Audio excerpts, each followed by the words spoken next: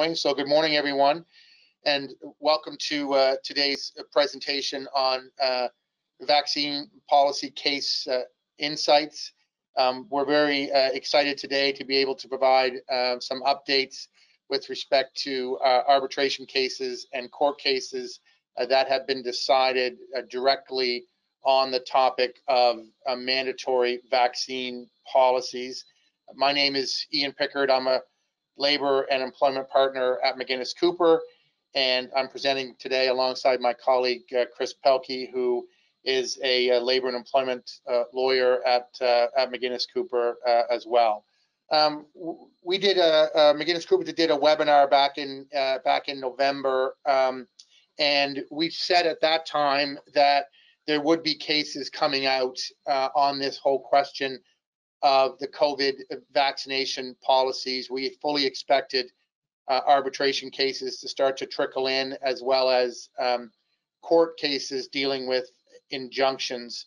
And we now have those, and so that's why we're excited to do this presentation today.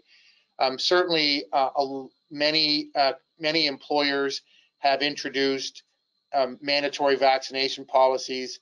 And we're doing so without much guidance from the courts and arbitrators. As many of you have heard before, certainly in the Halifax office of McInnes Cooper, we're operating on a green, yellow, red light system, where the green light system would be that, the red light system would be that you didn't do anything about having a policy in your workplace. The yellow light would be a cautious approach, which would be a mask and test approach, and then the final version would be the one we're focusing on today, which is a mandatory vaccination policy which means the employee either becomes fully vaccinated or they're put on a leave of absence without pay until such time as they receive the vaccinations.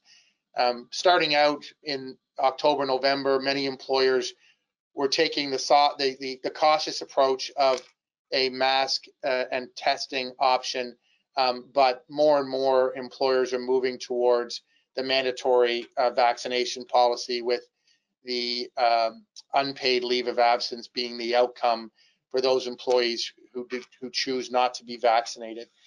And so today's presentation will give everybody a sense of what courts and arbitrators are saying about this. We're going to start just with a quick poll.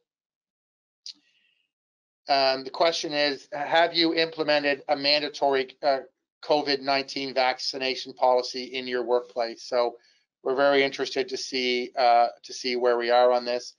The answers, and please select one: yes, not yet, but we plan to; no, but we're thinking about it; and no, we don't plan to. So we'll give everybody a second to answer that question, just to give us a sense of, with the 90 people and 100 people we have on this call today, just where we are as a group on this issue. So overwhelmingly, the answer is yes, which we're very pleased to see, because I absolutely believe that's the right outcome. And if I'm reading this correctly, nobody said no and we don't plan to, so everybody's engaged in this issue for sure. Thanks, Yara. So the next slide. So there's three different areas that we're going to discuss today. The first area, which I'm taking the lead on, which we'll probably cover quite quickly, is the issue of interlocutory injunctions, or the cease and desist concept. Secondly, we'll talk briefly about charter challenges. Chris and I were just discussing those as we were waiting for this call to start. In a lot of provinces, certainly Nova Scotia, the one I'm most familiar with, there are government mandated directives and legislation about high-risk workplaces. required to have mandatory policies. And so where the charter fits in, as we'll talk about, is that's the only way that employees can get at those directives, is not at the employer, but at the province directly. And then most importantly, what Chris is going to cover and what you're all waiting for is the 5 or 6 actual arbitration decisions that we now have on the books that answer the question about whether or not a mandatory vaccination policy is unreasonable under the collective agreement in the unionized context, determined to be unreasonable under what many of us know as the KVP test. And so that's the ultimate question.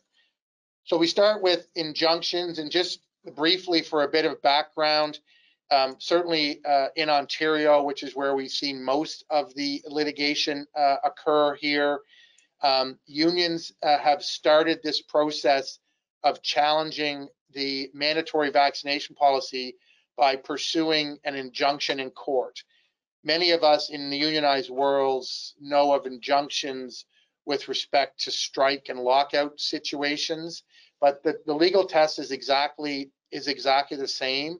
What the unions are saying and doing is that they're making the argument to the court that on 48 hours notice or less, they're getting to court and saying that they're asking the court to strike down the mandatory vaccination policy on an interim basis and hold it in abeyance such that the policy cannot exist until such time as the matter is heard at arbitration. And it's a very smart argument for the unions to make, because if they don't do that, then the employees will end up being put on a leave of absence without pay while we wait 6, 8, 12 months in many jurisdictions to get to an arbitration. So the unions wanted the court to rule on the matter right away on an interim basis and say, okay, we have to put the pause on this policy until we get to the injunction. But so far in Ontario and in Canada, the unions have lost every case in which they've applied for an injunction in this context. And the injunction cases are decided based on 3 questions, which has been the law forever.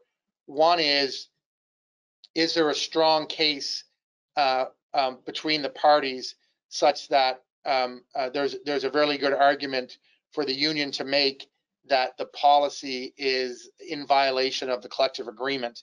And in every one of the cases, the parties have either conceded that point or not even argued that point. So there's no question that there's a strong case here on the union side as to whether or not the mandatory vaccination policy is in violation of the collective agreement or human rights or what have you. And so that those ones haven't even been argued. But the second part of the case is is there irreparable harm if the injunction is not granted? So that means, is there harm that cannot be adequately compensated by money?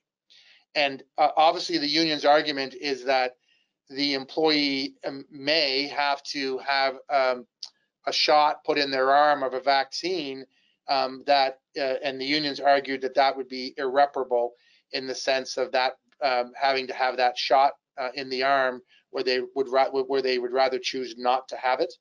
And the last one is the balance of convenience. That is, who wins and loses more if the injunction is not granted? Does the union and the employees, do they suffer more, or does the employer suffer more if the injunction is not granted? And the unions went this way because it was the fastest way to get this issue before the courts. And just to be clear, these would be court decisions made by judges, not decisions made by arbitrators. So if we just move ahead, Yara. I guess I did that one, so keep going.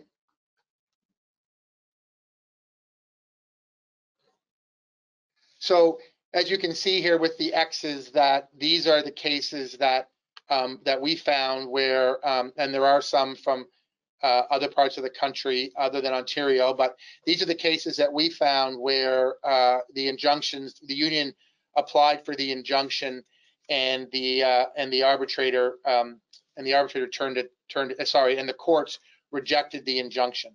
I just want to spend 4 or 5 minutes on 1 or 2 of the cases, and more importantly on the legal principles that are interesting.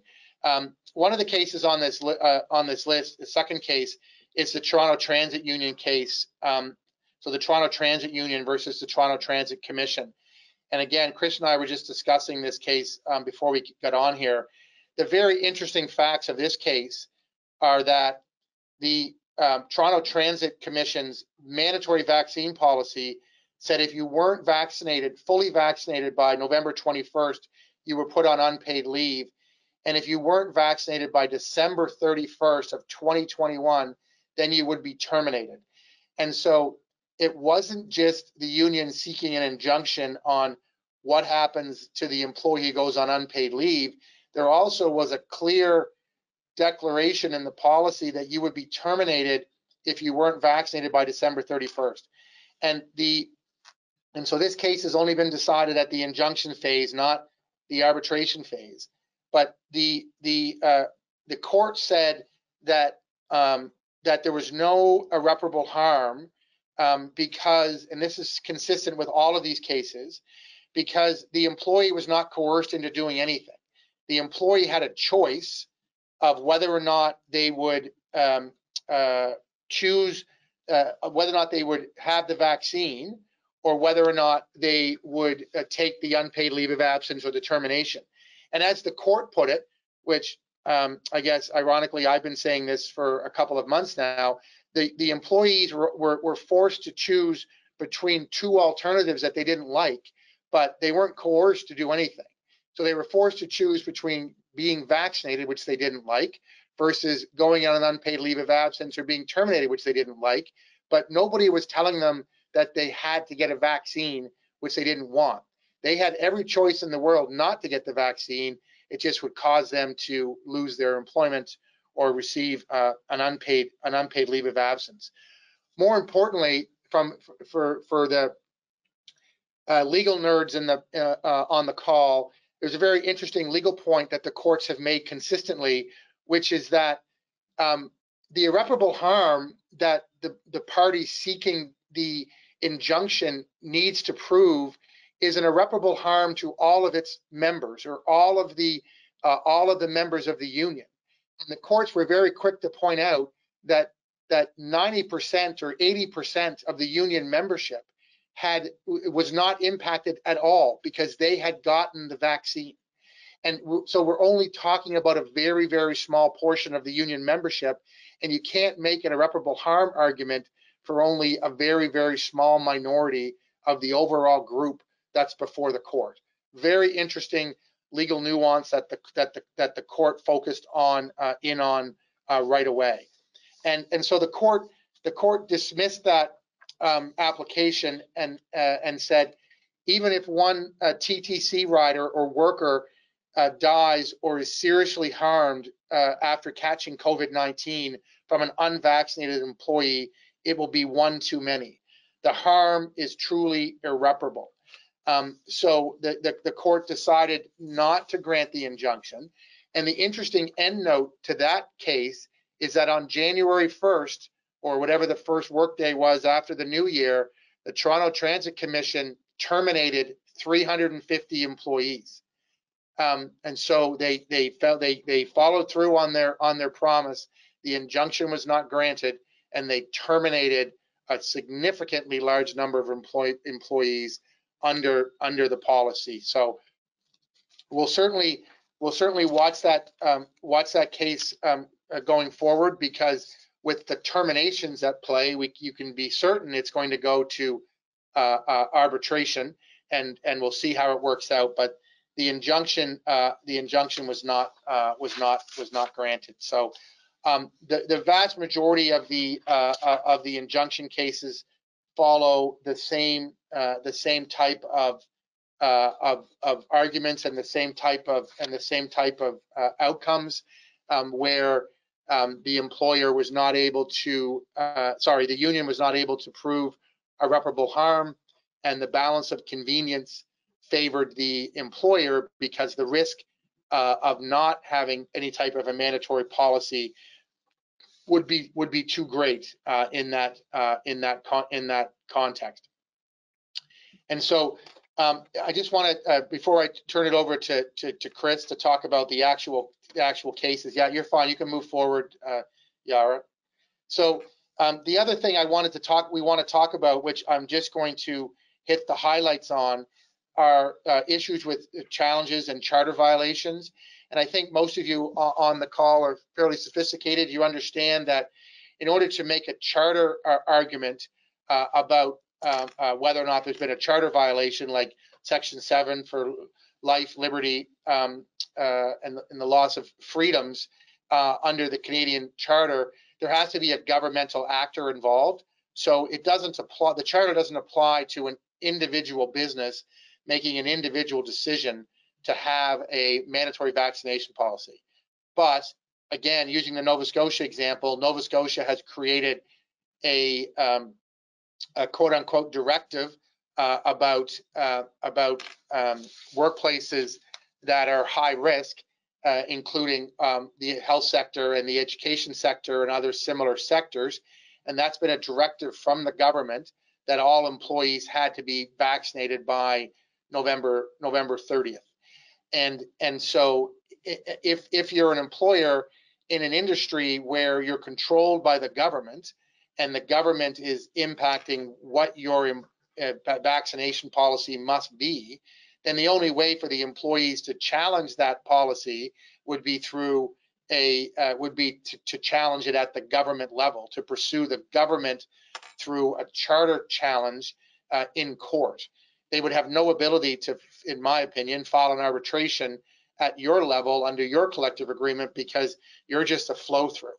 That would have to, your policy is simply following the government's directive.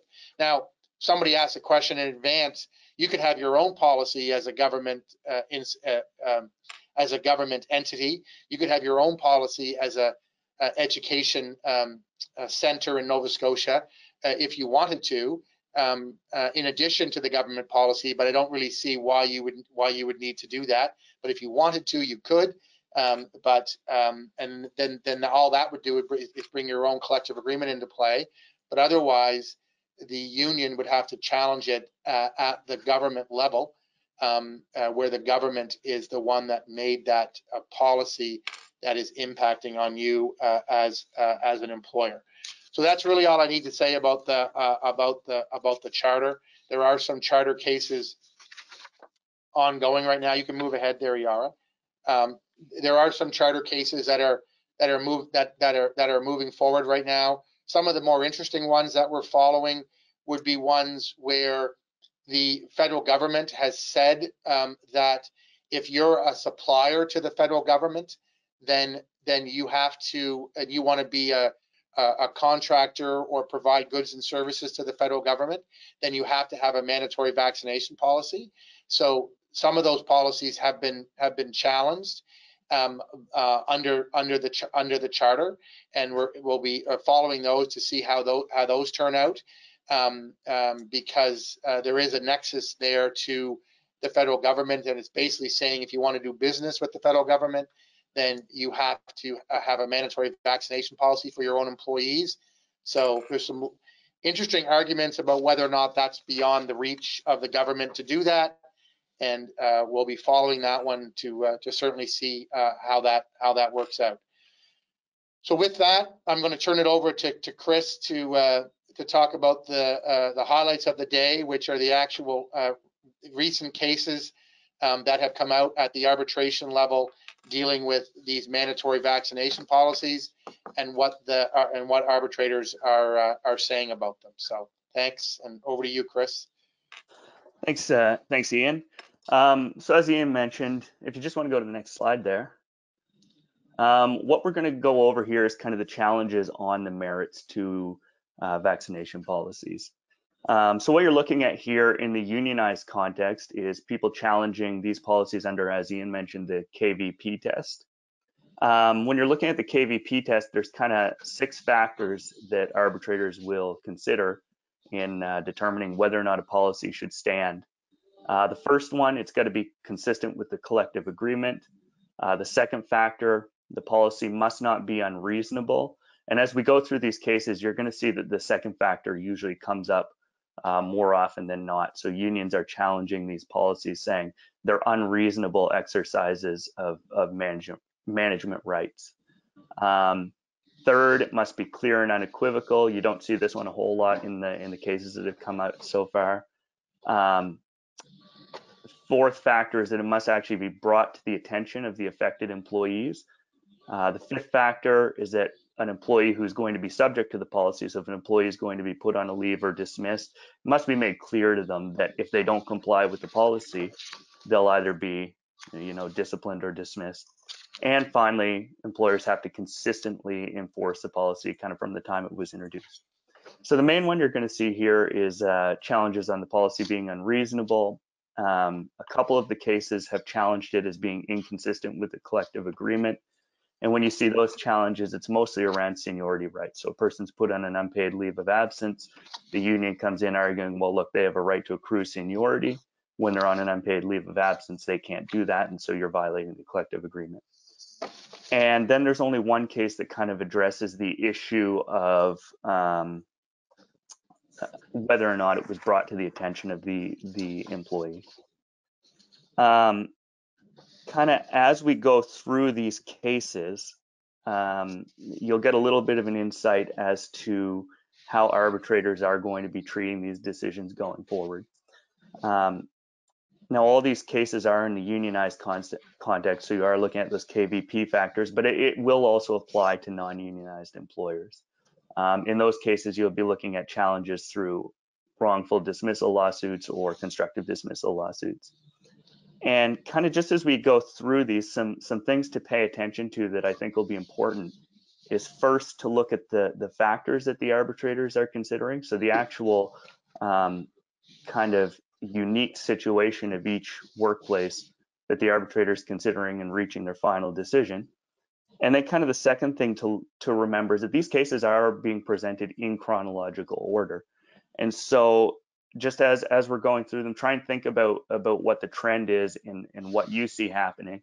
And once we finish going through them, we'll have a little discussion about kind of what we see as the trend and see if it matches up. So if we just want to go to the next slide there. So these are the main cases. And so you can see the check mark on the side indicates that the policy was upheld and found reasonable. And the X on that one case indicates that the policy was determined to be unreasonable and struck down. So the first case is Paragon Protection. And just to give you kind of a brief overview of the facts here, Paragon mostly did external work. So they were servicing clients at the client site. And they had approximately 450 clients that they were servicing.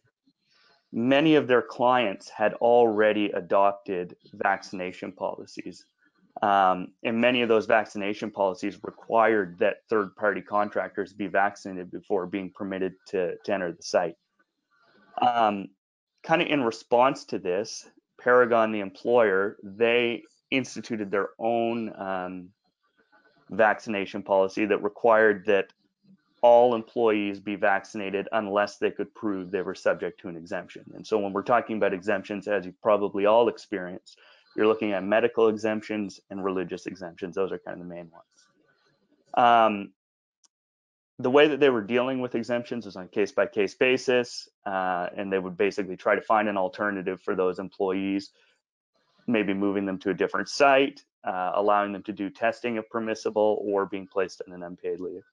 There were no alternatives under the policy for unvaccinated employees, and the policy didn't necessarily specify what would happen to them, but it's safe to assume that they wouldn't be allowed to attend client sites.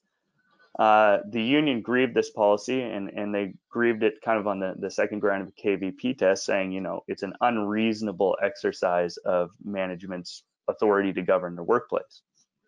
And as you can see from the check mark there, the grievance was dismissed and the policy was upheld as reasonable. And one thing that you'll notice as we go through these cases is when they're discussing reasonableness, they're really discussing the same balance each time. And that was what was discussed in this case. So on one hand, you have an employee's right to bodily autonomy and privacy. On the other hand, you have the employer's obligation to ensure health and safety of their employees and in their workplace, and also to ensure the health and safety of their clients and the public and that kind of thing. And so in this case, the arbitrator found that the balance clearly favored the employer. And the reason for that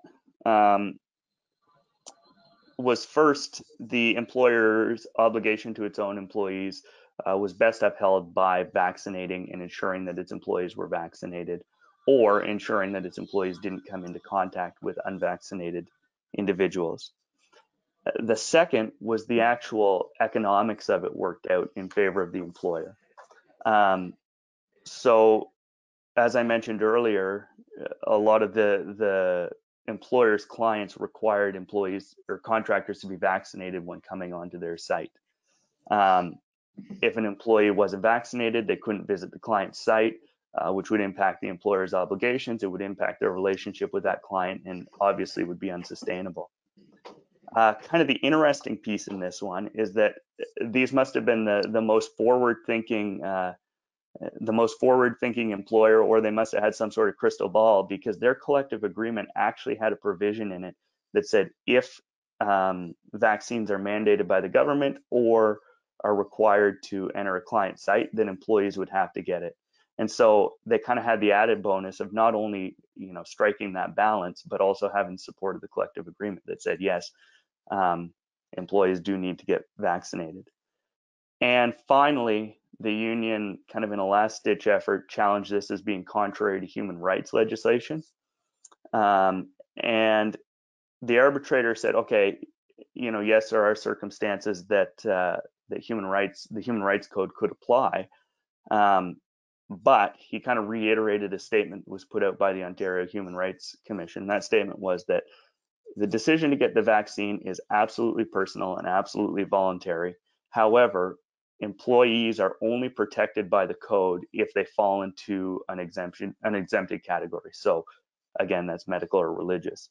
Human Rights Commission followed this up kind of by saying personal preference and your subjective opinions on whether or not you should get the vaccine aren't protected by the code. And so the arbitrator kind of dismissed that argument fairly quickly. The next case, electrical safety, is the odd one out of the bunch. And this is the only case that's come out so far where a policy was actually struck down. And so kind of the quick overview of what happened here. This was a kind of unique employer amongst the bunch because the majority of its employees worked remotely. They worked from home. There were only a few employees who had to attend the employer's offices or client sites or that kind of thing. And so initially the employer implemented a vaccination policy that was vax or test. You could either show proof of vaccination or undergo regular testing. Kind of after COVID got a little more serious and that kind of thing, they introduced a new policy that was vaccinate or you'd be disciplined up to and including a suspension. The union grieved this policy again as being an unreasonable exercise of management rights, and the grievance in this case was allowed. So again, they considered that same balance, autonomy versus health and safety. But the arbitrator said, look, when you're looking at these vaccination policies, context is the most important thing. And the arbitrator basically established a scale. And so at the low end of the scale, you've got workplaces where the risk associated with COVID is minimal. And at the other end, you've got workplaces where there's a high risk. If there's a high risk of COVID, there's a greater likelihood of a mandatory vax policy being upheld. At the low end, you might have to consider other options. In this case, the arbitrator said, well, look, this workplace falls at the low end of the risk. Most employees are working from home. There was no evidence that the original policy wasn't working. And so this kind of policy that that you know, you have to be vaccinated or you're going to be suspended is not reasonable. And just to kind of add a bit of a caveat to this one, I just as we go through the next three cases, just think about how arbitrators are addressing similar factors, how they're addressing the uniqueness of the workplace. I kind of think what you'll find is that as we go through the next three, the emphasis on the uniqueness of the workplace is kind of downplayed, and the emphasis on the severity of COVID is kind of increased. So when we look at Ontario Power Generation, this was kind of a different case. There was a midterm agreement in this case between the union and the employer. What the midterm agreement said is there are certain employees whose job require them to be physically fit. Those employees will be given 1 hour each day to exercise, and they'll be given access to a company gym to do their exercises. When COVID struck, the employer initially shut down the gym completely for all employees. However, once they got a better handle on it, they opened it back up, subject to a policy that you had to be vaccinated to enter the gym. And so this is one of those cases where the union actually challenged it on the first ground of the KVP test that is consistent with the consistency with the collective agreement. And what they said is that this policy actually violates the midterm agreement because those employees obviously wouldn't be able to access the gym. The arbitrator dismissed this grievance and held that the policy was reasonable. In this case, they were balancing the employee's rights under the collective agreement against the employer's obligation to ensure a safe working environment. And in this case, they found that under normal circumstances, a policy restricting certain employees from accessing the gym would have violated that midterm agreement. However, in this case, COVID had shifted the balance in favor of ensuring health and safety in the workplace. To support this, they kind of looked at the nature of the gym itself, and they said, when you're looking at a gym, you've got a very, very high risk of people contracting COVID due to the high touch surfaces, you know, people sharing weights, the close contact if you get a lot of people in there, and the increased chance of spread via aerosol droplets. So people are breathing heavier in the gym. And they said, look, this is just a risk that can't be tolerated. And although it would normally violate the collective agreement, the balance has been shifted, or violate the midterm agreement, sorry. The next case is the Bunge Hamilton, Canada case. In this case, the employer was actually a tenant in a building that was operated by a federally regulated entity. The landlord implemented a policy at the building that said anyone who's going to enter the property must be vaccinated. And so in response, the employer introduced a policy that said, look, we require mandatory vaccinations because if you don't, you won't be allowed to enter the workplace. If you don't get your vaccinations and you don't provide proof, you'll be dismissed. The union actually grieved this as an unreasonable exercise of management rights, and as you can see here, that grievance was dismissed and the policy was upheld as reasonable. In this case, the arbitrator didn't really consider the specific facts of the workplace and kind of went straight to the fact that COVID is incredibly serious, and as a result, these types of policies are justified. The other piece, the kind of one unique circumstance that they did consider, is the fact that if the employer didn't implement this policy or allowed employees to enter the workplace who were unvaccinated, they would actually be in breach of their lease with the landlord and could be subject to consequences as a result of that. The union in this case, they did bring up kind of the point on the KVP test that employees need to be advised of the policy and of its effects. And the arbitrator said, yeah, you're absolutely correct. But in this case, there's no evidence that the employer hasn't advised employees of this new policy. And if an employee is dismissed who didn't understand the consequences, well, they could grieve it at that time. So they said, look, that's not something that we're going to deal with when we're looking at the overall enforceability of the policy. But if it does come up in the future, well, we can take care of it then. And then kind of the final argument that the union made is that, well, look, before this mandatory vaccination policy was introduced, there was no issue. We didn't have any outbreaks. And the arbitrator, they said, yeah, sure.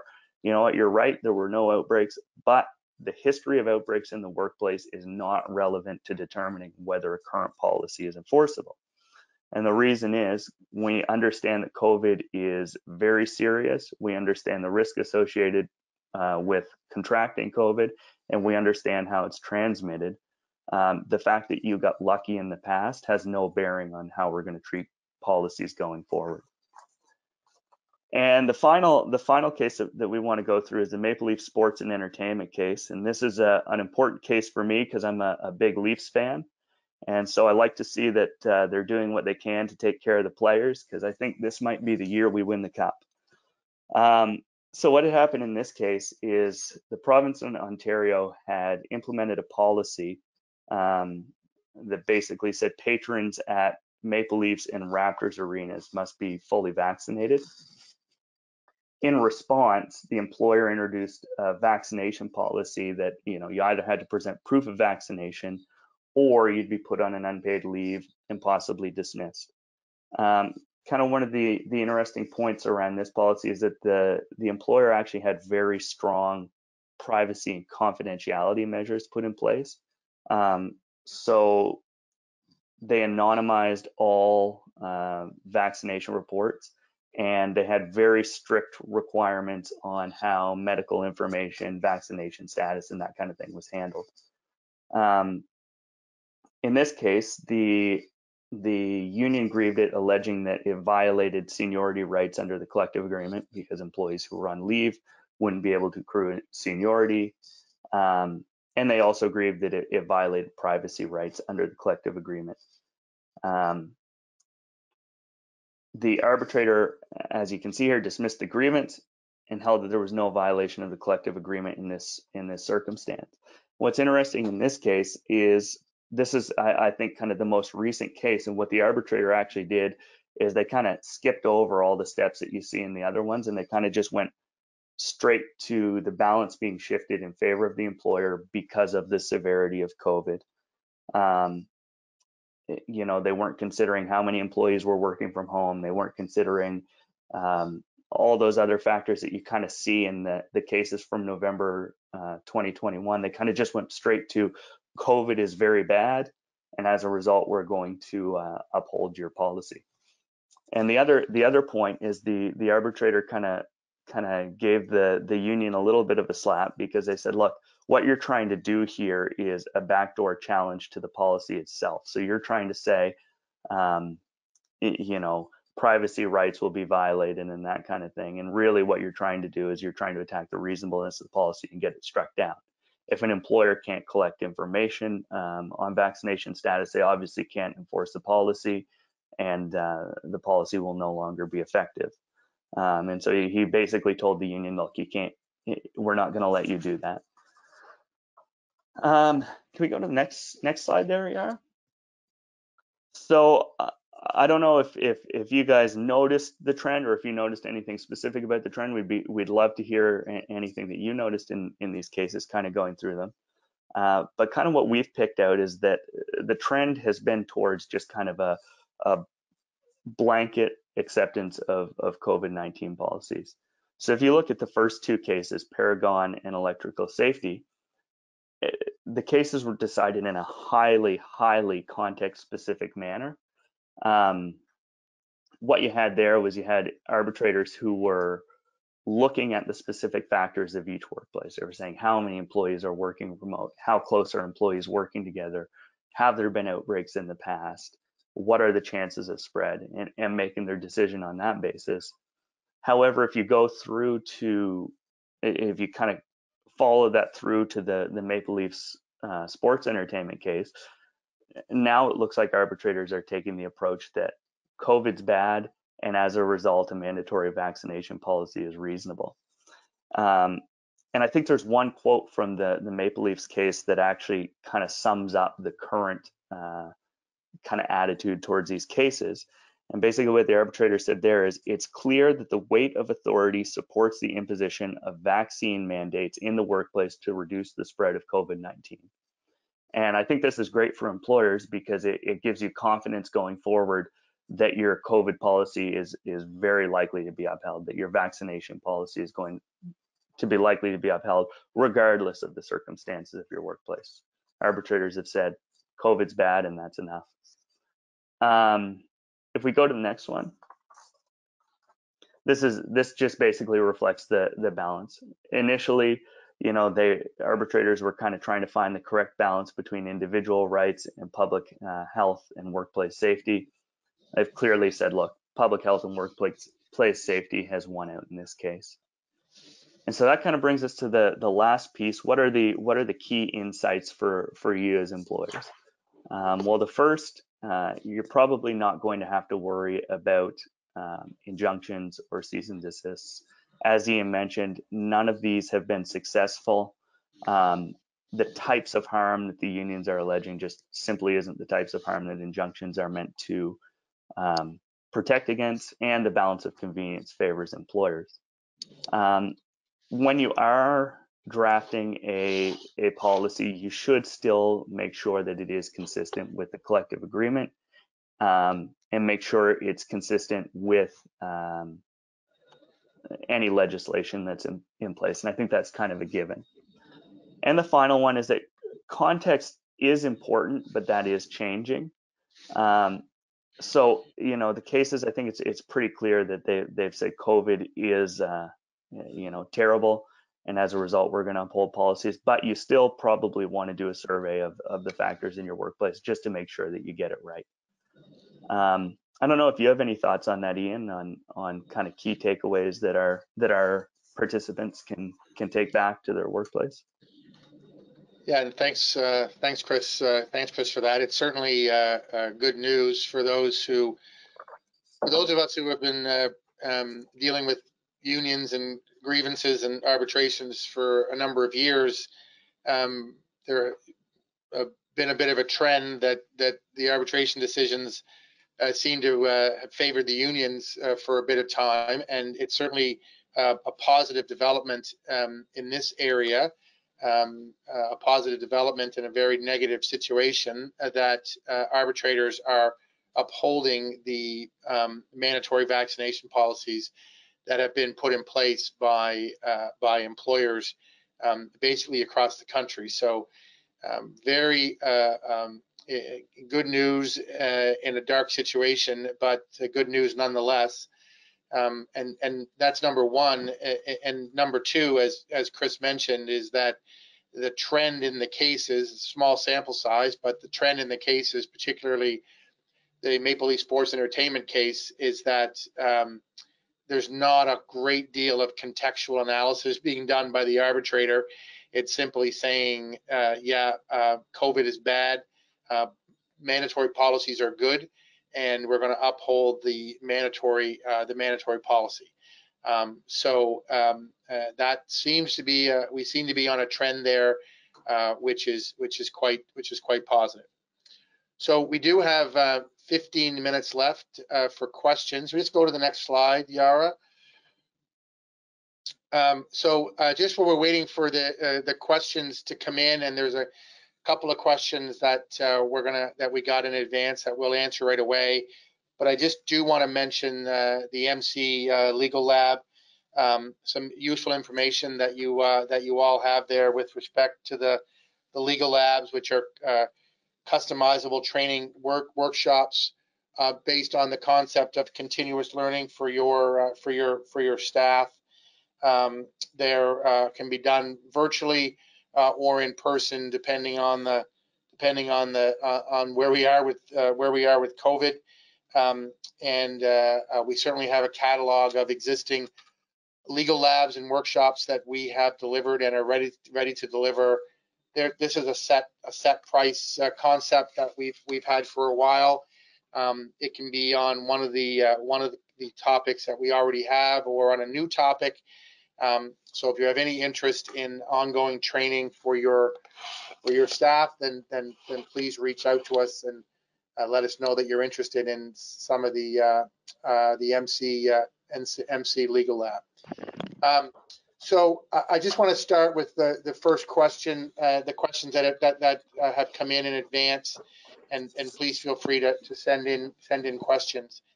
The biggest question that we've got so far today, and also when people signed up for this was for Chris and I to talk about the boosters. And can employers simply add the booster to the definition of fully vaccinated in their current policies? The answer, as always with lawyers, is a qualified yes. But the main qualification is that the booster has to be readily available for your entire workforce, in the sense that they can get one very quickly, and that they're eligible to get one in your particular province before you can make it a mandatory part of any policy. We said that about vaccinations this time last year, and now we're making the same comment about boosters. So the first thing that you have to do before you even consider that is to determine the availability of the booster in your particular part of the country. And once you do that and determine that the booster is readily available, then we're saying cautiously, based on the case law that's been decided, that you could add the booster to the definition of your fully vaccinated, which would already be defined in your current policy, and amend that to include the booster shot. And so there's lots of the hesitation that we have is there's lots of uncertainty about what the booster really does. There's lots of uncertainty today about what the vaccine really does as far as the level of protection that it provides. We all know from the last 60 days or more that people who are doubly vaccinated can still contract COVID and can certainly spread COVID, but also the science is very clear that those who have been vaccinated and have the booster are significantly less likely to have a significant medical experience with COVID. So if that science is clearly the science, which it appears to be, then the booster is very much helping employees stay much safer and suffer much less adverse health consequences than if they didn't have the booster. And so on that basis, based on the occupational health and safety principles, we can change our policy to add in the booster on the basis that it's readily available. So that's all I'm going to mention about that. The next question that we have is the difference between federal, provincial, and public-private mandatory policies. Does one overrule the other? So, Chris, do you want to take a stab at that one? Yeah. So when you're looking at your federal policies and the kind of policies of the federal government, they're going to be applicable to your federally regulated workplaces. And so we've employees of the federal government itself. And so we've kind of seen those apply across the countries. And so if you're a federally regulated workplace, that's what you're going to have to look at. When you kind of get down to the provincial level, it gets interesting in that if there is a directive or if there is something in a provincial mandatory order like we have in New Brunswick and Nova Scotia, employers are absolutely going to have to comply with that because it is law. When it's put in that mandatory order, it's law. It's not a suggestion. It's not that kind of thing. So if there is a directive like that in place, to the extent it's inconsistent with a workplace policy, it will apply. So what does that mean for employers who are subject to that kind of thing? It means that when you're drafting your policy, you want to make sure that it's consistent with the directives.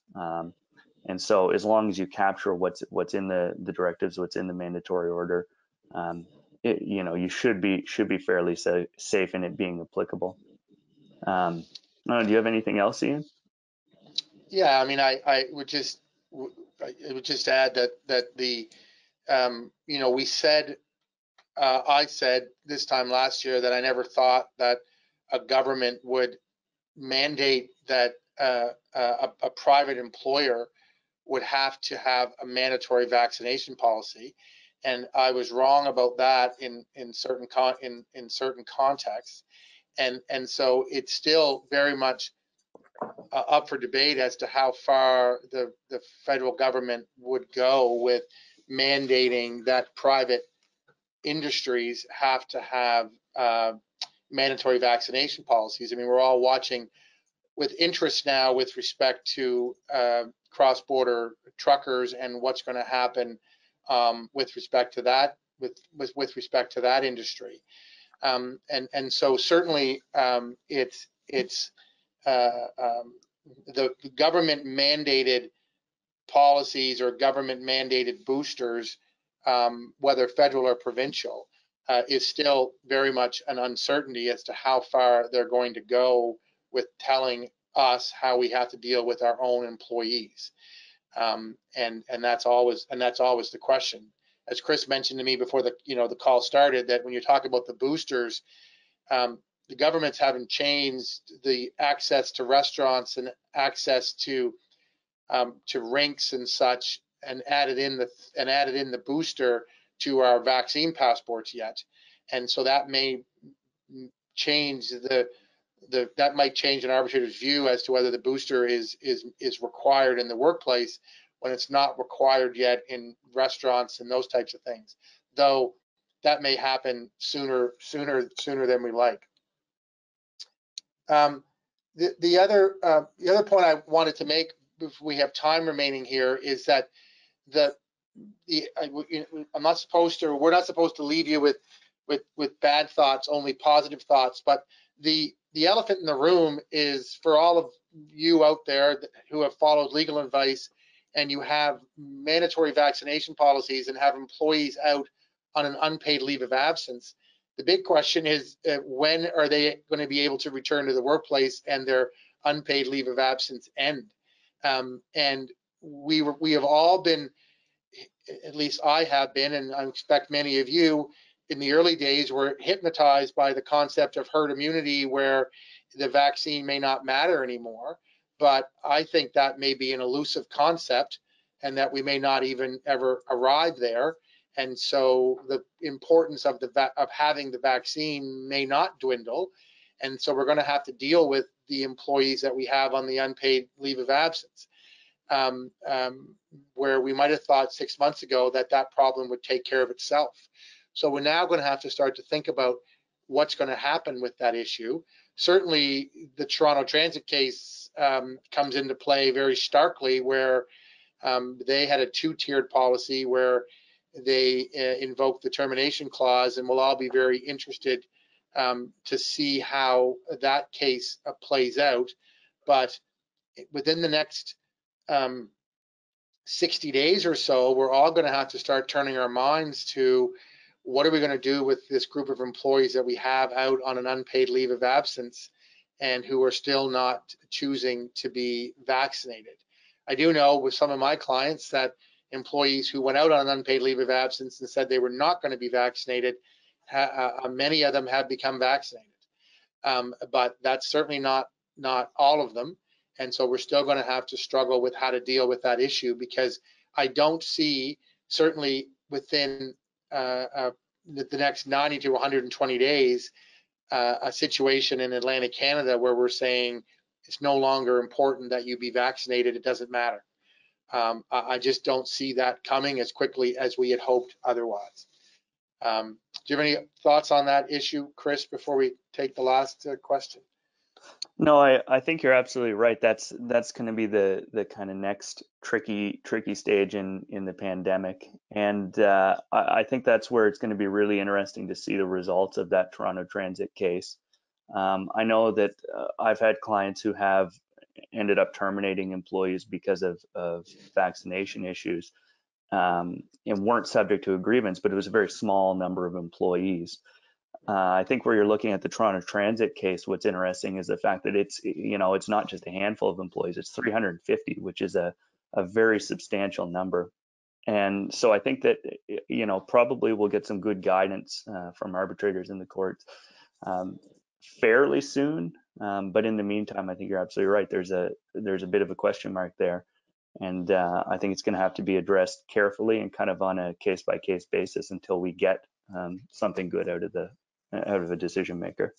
Yeah, I mean, we haven't, as lawyers, we haven't totally turned our mind to it because we hoped it'd be a better outcome. But I think you would have to look at the questions you'd need to ask your own lawyer would be amending your current policy to create a new deadline for vaccination that then would result in a failure to vax would result in termination rather than an unpaid leave of absence. But I say that maybe for another day, but it's certainly coming at us quicker than we had hoped. Unless the next 90 days drastically change the landscape. The last question that we have that's come in is for those of you who have a modified vaccination policy, the yellow light policy as I call it, where you're requesting testing from your employees. Do you have to observe the results of the COVID test under occupational health and safety due diligence practices? What I take that to mean is, do you have to actually see the negative results before you can allow the unvaccinated employee to come to work? Which is an excellent question and one that I've struggled with for for the last 6 months. What I've said many times about that question is we trust our employees implicitly every day to be honest with us, and so this is no different, where we're asking them to be honest with us, and we are asking that they send. I mean, of course, we're asking that they send a picture of the test, or that they show us the test and show that the rapid test is negative before they come to work. But obviously, we all know that it could be someone else's test. It could be someone else in their household. It could be anybody's test that they're showing us. We have no idea that it's their test. And that makes it very difficult to go to that level. So I do not believe, from a legal perspective, that you have to observe the results in order to prove due diligence. We have to trust our employees, and we have to believe they're telling us the truth. We do have to have a check and balance in place. So send us the picture of the test, show somebody the test. But if they're fooling us and it's somebody else's test and they're testing positive and coming to work, then we're going to have obviously have many more issues to deal with that employee. But I'm still on the basis that we have to trust our employees in that circumstance. So we are at 12 o'clock, and so I certainly, on behalf of Chris and I want to thank everybody for joining and coming on the call today. And if anybody has any follow-up questions or there's questions that we haven't answered in the chat, then we'll look into responding to those.